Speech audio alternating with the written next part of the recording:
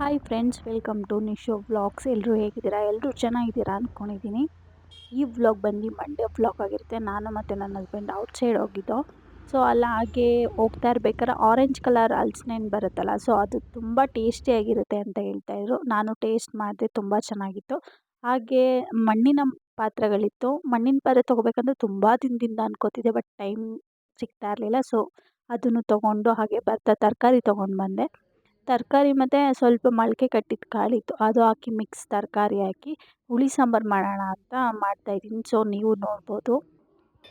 First ನಾನು ಮಸಾಲೆಗೆ onion ತೊಗೊಂಡಿದ್ದೀನಿ, ಸ್ವಲ್ಪ ಕಾಯಿ, ಬೆಳ್ಳುಳ್ಳಿ ಮತ್ತು ಒಣಮೆಣ್ಸಿನ್ಕಾಯಿ, ಸ್ವಲ್ಪ ಹುಣಸೆಹಣ್ಣು, ಒಂದು 3 ಟೊಮೊಟೊ. ಇವಾಗ ಸಾಂಬಾರು ಪೌಡರ್ ತೊಗೊಂಡಿದ್ದೀನಿ 2 ಸ್ಪೂನು.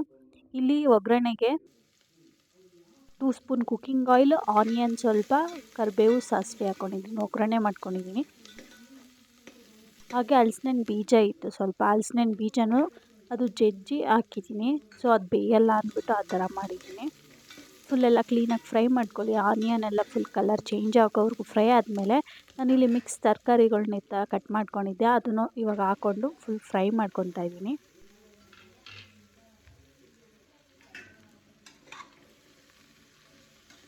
ಸಾಲ್ಟ್ ತೊಗೊಂಡಿದ್ದೀನಿ, 1 ಟೀ ಸ್ಪೂನ್ ಟರ್ಮರಿಕ್ ಪೌಡರ್ ಹಾಕ್ಕೊತಾ ಇದ್ದೀನಿ. ಕ್ಲೀನಾಗೆಲ್ಲ ಫ್ರೈ ಮಾಡ್ಕೊಳ್ಳಿ. ಫ್ರೈ ಆದಮೇಲೆ ನಾನು ಮೊಳಕೆ ಕಟ್ಟಿದ ಕಾಳಿದೆ ಅನ್ನಲ್ಲ, ಸೊ ಅದು ಹಾಕ್ಕೊತೀನಿ. ಹೆಸ್ರು ಕಾಳು ಮತ್ತು ಹುಳ್ಳಿಕಾಳು ಮೊಳಕೆ ಕಟ್ಟಿರೋ ಕಾಳು ತೊಗೊಂಡಿದ್ದೀನಿ ನಾನು. ತುಂಬ ಟೇಸ್ಟಿಯಾಗಿರುತ್ತೆ ಈ ಸಾಂಬಾರಂತೂ. ಹಳ್ಳಿ ಕಡೆ ಮಾಡ್ತಾಯಿದ್ರು ಆವಾಗ. ಹಾಗೆ ನಾನು 1 ಟೀ ಸ್ಪೂನು ಚಿಲ್ಲಿ ಪೌಡರ್ ತೊಗೊಂಡಿದ್ದೀನಿ. ಹಾಗೆ ನಾವು ಮಸಾಲೆ ರೆಡಿ ಮಾಡ್ಕೊಂಡಿದ್ವಲ್ಲ, ಆ ಮಸಾಲೆನ ಇವಾಗ ಹಾಕ್ಕೊತಾ ಇದ್ದೀನಿ. ಫುಲ್ಲೆಲ್ಲ ಮಿಕ್ಸ್ ಮಾಡ್ಕೊಳ್ಳಿ. ನೀರು ಹಾಕೋಕ್ಕೆ ಮುಂಚೆ ಫುಲ್ಲೆಲ್ಲ ಮಿಕ್ಸ್ ಮಾಡಿಕೊಂಡ್ರೆ ಒಂಥರ ಟೇಸ್ಟ್ ತರಕಾರಿಗೆಲ್ಲ ಆ ಮಸಾಲೆ ಹಿಡ್ದಿರುತ್ತೆ ಅಂತ ಮಿಕ್ಸ್ ಮಾಡ್ಕೊತೀವಿ. ಹಾಗೆ ಜಾರಲ್ಲಿರೋದು ಸ್ವಲ್ಪ ಉಳಿದಿರುತ್ತಲ್ಲ ಮಸಾಲೆ, ಅದಕ್ಕೆ ವಾಟರ್ ಮಿಕ್ಸ್ ಮಾಡ್ಕೊಂಡು ಇವಾಗ ಹಾಕ್ಕೊತಾ ಇದ್ದೀನಿ. ಎಷ್ಟು ಬೇಕೋ ಅಷ್ಟು ನಿಮಗೆ ಯಾವಾಗ ತುಂಬ ಗಟ್ಟಿ ಬೇಕೋ, ಯಾವ ಥರ ಬೇಕೋ ನೋಡಿಕೊಂಡು ನೀರು ಹಾಕ್ಕೊಳ್ಳಿ ನೀವು. ಹಾಗೆ ಇವಾಗ ನಾನು ಲಿಡ್ ಕ್ಲೋಸ್ ಮಾಡಿಬಿಟ್ಟು 2 ವಿಸಿಲ್ ಕುಗ್ಸ್ಕೊತಾ ಇದ್ದೀನಿ. 2 ವಿಸಿಲ್ ಆಗಿದೆ. ವಿಸಿಲೆಲ್ಲ ಹೋದ್ಮೇಲೆ ನೋಡಿ ಓಪನ್ ಮಾಡಿದ್ದೀನಿ ಸಾಂಬಾರು ಯಾವ ಥರ ಆಗಿದೆ ಅಂತ. ಇವಾಗ ಬೇಕಾದ್ರೆ ನೀವು ಟೇಸ್ಟ್ ನೋಡ್ಬಿಟ್ಟು ಸಾಲ್ಟ್ ಇಲ್ಲ ಖಾರ ಕಮ್ಮಿ ಆಗಿದ್ರೆ ನೀವು ಹಾಕ್ಕೊಬೋದು. ನಂಗೆ ಸ್ವಲ್ಪ ಸಾಲ್ಟ್ ಕಮ್ಮಿ ಆಗಿತ್ತು, ಸೊ ಹಾಕ್ಕೊಂಡೆ. ನೋಡ್ತಾ ಇರ್ಬೋದು ಯಾವ ಥರ ಆಗಿದೆ ಅಂತ. ತುಂಬ ಚೆನ್ನಾಗಿರುತ್ತೆ ಟೇಸ್ಟ್ ಅಂತೂ. ಹೆಲ್ತ್ಗೂ ಒಳ್ಳೆಯದು ಮೊಳಕೆ ಕಟ್ಟಿದ ಕಾಳು ಮತ್ತು ತರಕಾರಿ ಎಲ್ಲ. ಸೊ ನೀವು ಮನೇಲಿ ಟ್ರೈ ಮಾಡಿ, ಹೇಗಾಗಿದೆ ಅಂತ ಕಮೆಂಟ್ ಮಾಡಿ.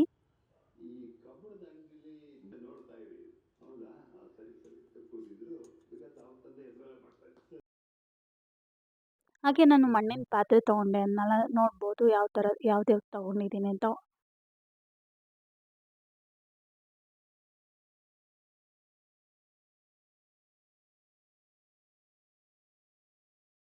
ಯಾವ ಥರ ಯೂಸ್ ಮಾಡೋದು ಅಂತಲೂ ನಿಮಗೆ ಹೇಳ್ತೀನಿ.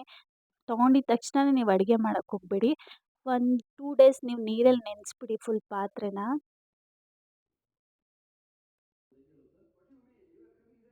ನೋಡ್ತಾ ಇರ್ಬೋದು ಯಾವ್ಯಾವೆಲ್ಲ ತೊಗೊಂಡಿದ್ದೀನಿ ಅಂತ.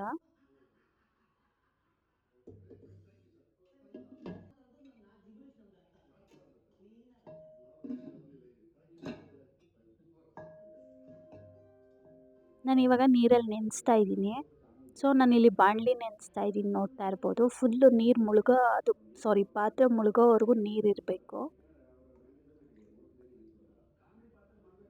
ವಾಟರ್ ಏನು ಚೇಂಜ್ ಮಾಡೋಕ್ಕೆ ಹೋಗ್ಬಿಡಿ, ಹಾಗೆ ನೆನಿಲಿ. 2 ಡೇಸ್ ಆದಮೇಲೆ ತೆಗ್ದುಬಿಡಿ ಪಾತ್ರೆ ಎಲ್ಲ ಈಚೆ.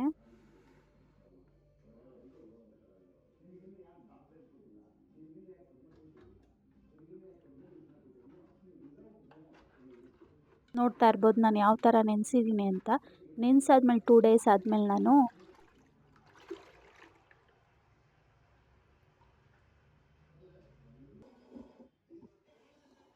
2 ಡೇಸ್ ಆದಮೇಲೆ ನಾನು ಹಾಗೆ ಬಿಸಿಲಿಗೆ ಇಟ್ಟಿದ್ದೀನಿ. ಕುಕ್ಕಿಂಗ್ ಆಯಿಲ್ನ ಫುಲ್ ಸವರಿದ್ದೀನಿ. ನೀವು 2 ಸೈಡೂ ಬಿಸಿಲಲ್ಲಿ ಇಡಬೇಕು.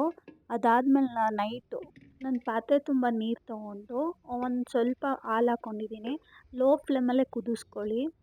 ಕುದಿಸಿದಾದ್ಮೇಲೆ ನೀವು ಅಡುಗೆ ಮಾಡ್ಕೊಬೋದು. ತುಂಬ ಚೆನ್ನಾಗಿರುತ್ತೆ ಟೇಸ್ಟ್ ಅಂತೂ, ನೀವು ಟ್ರೈ ಮಾಡಿ. ನೆಕ್ಸ್ಟ್ ವ್ಲಾಗಲ್ಲಿ ನಾನು ಯಾವ ಥರ ಮಣ್ಣಿನ ಪಾತ್ರೆಯಲ್ಲಿ ಅಡುಗೆ ಮಾಡ್ತೀನಿ ಅಂತಲೂ ನಿಮಗೆ ವಿಡಿಯೋ ಶೇರ್ ಮಾಡ್ತೀನಿ. ವಿಡಿಯೋ ಇಷ್ಟ ಆದರೆ ಲೈಕ್ ಮಾಡಿ, ಶೇರ್ ಮಾಡಿ, ಹಾಗೆ ಕಮೆಂಟ್ ಮಾಡಿ. Thank you for watching.